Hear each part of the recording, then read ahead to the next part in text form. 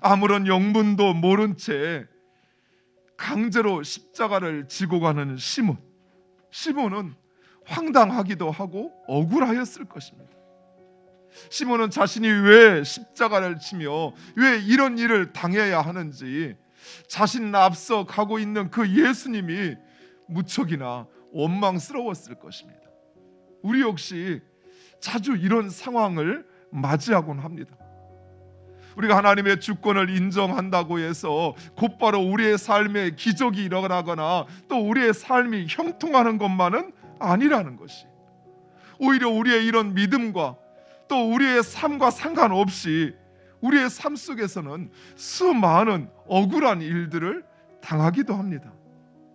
마치 구레네 사람 시몬처럼 말입니다. 만약 누군가 대신하여 예수님의 십자가를 져야 한다면 그것은 바로 예수님의 제자들일 것입니다.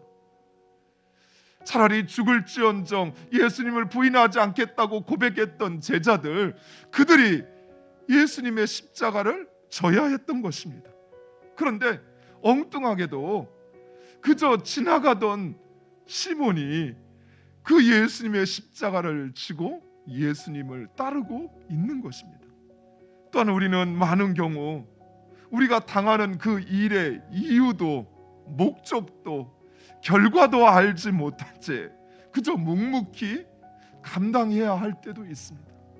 우리가 져야 할 십자가, 그 십자가는 미리 우리에게 보여지고 알려지고 또 내가 기도하면서 감당할 수 있겠다 싶을 때, 그럴 때 우리에게 찾아오는 것이 아니라 어느 날 갑자기 내가 왜 또 이렇게 한다고 해서 무엇이 있을 수 있을까, 도저히 그 아무것도 알 수 없는 상황 가운데 우리에게 십자가가 떡하니 주어지기도 한다는 것이, 사역자들이나 기관장들의 간곡한 부탁에 못 이겨서 반 억지로 떠밀려서 그 일을 맡아 그 역할을 감당하기도 합니다. 마치 구레네 사람 시몬처럼 말입니다. 그러나 우리 하나님은 우리가 억지로 행하는 그 일을 통해서도 역사하시는 하나님이신 줄 믿으시기 바랍니다. 하나님은 우리가 그 이유도 또 그 일의 목적도 또 그 결과도 알지 못하고 억울하게 당하는 일들, 어쩔 수 없어서 떠밀려 행하는 그 일들을 통해서도 구원의 역사를 행하시고 하나님의 축복을 베푸시는 것입니다.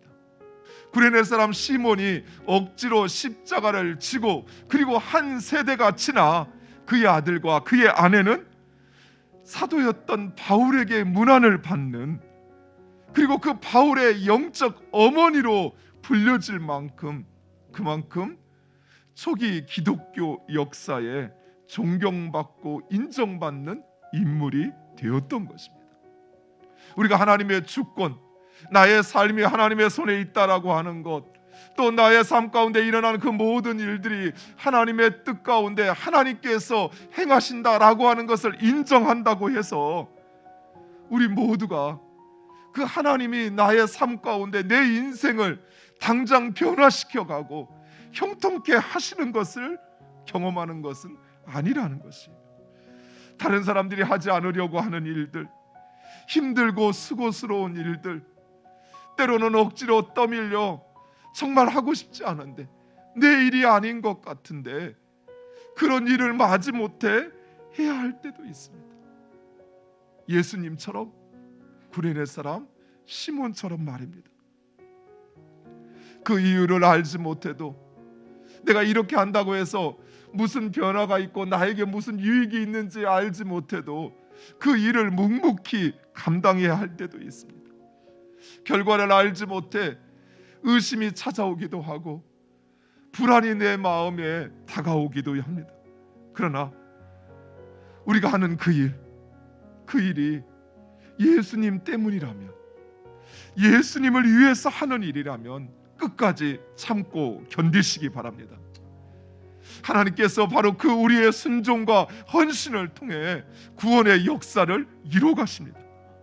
그리고 그 일, 예수를 위해서 예수님 때문에 하는 일, 그 이유도 목적도 결과도 알지 못할지라도 내가 원하는 일이 아니라 할지라도 우리가 감당하는 그 일은 우리에게 복이 될 것입니다. 그리고 하나님의 뜻이 이루어질 것입니다.